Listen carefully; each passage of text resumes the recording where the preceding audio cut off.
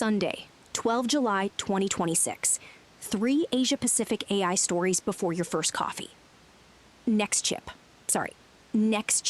China's third largest foundry, raised roughly $891 million in its Hong Kong listing and climbed 11.5% on debut, marking one of the city's biggest semiconductor IPOs this year.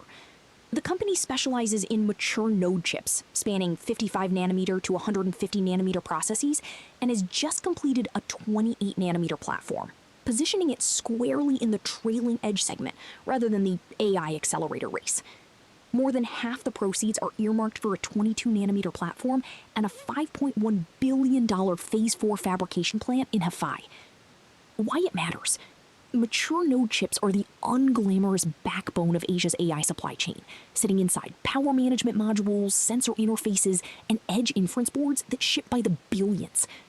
Nexchip's aggressive capacity expansion, backed by Hefei's municipal capital, adds significant low-cost supply to a segment where Taiwan's UMC and Japan's trailing edge fabs have long-held pricing power.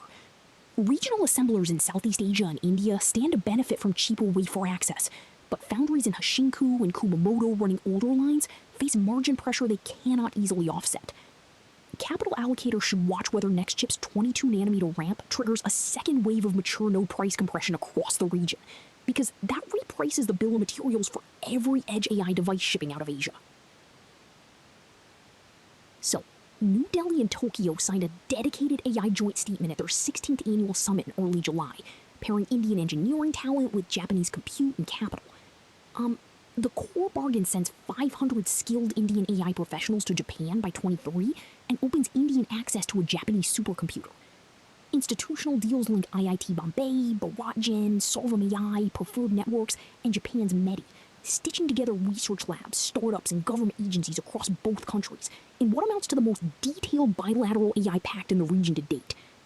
Why it matters? This is a deliberate hedge against dependence on the US and China AI blocks, and it sketches a template other mid-power pairs in Asia could replicate.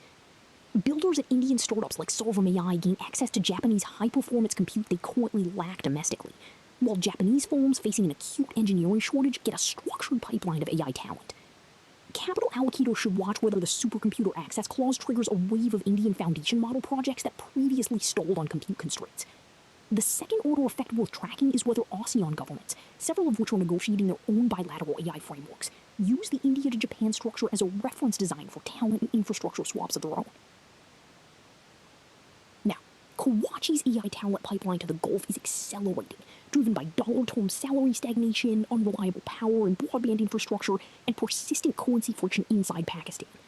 On the pull side, the UAE's Golden Visa program, Saudi Arabia's NEOM autonomous initiatives, and Qatar's national AI agenda are all engineered to attract exactly this cohort of mid to senior AI engineers. The corridor now accounts for a significant share of Pakistan's record remittance inflows, reframing the outflow as an economic transfer rather than a pure brain drain. Why it matters? Policymakers who treat this as a leak to be plugged will lose twice, forfeiting both the talent and the capital it sends home. The practical play is to instrument the corridor. Cheaper remittance rails, structural return migration tracks, and diaspora capital vehicles that let Pakistani founders abroad reinvest in Karachi and Lahore startups. Gulf employers benefit from a deep, cost-competitive engineering bench, while Pakistan retains an economic link that could fund domestic AI infrastructure if the rails are built correctly.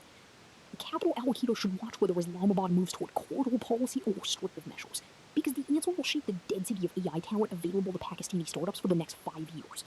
Regional AI hubs in Riyadh and Abu Dhabi, meanwhile, get a steady supply of battle-tested engineers without having to compete on Silicon Valley compensation. That is your AIinAsia briefing for today. Stay sharp, build well, see you tomorrow.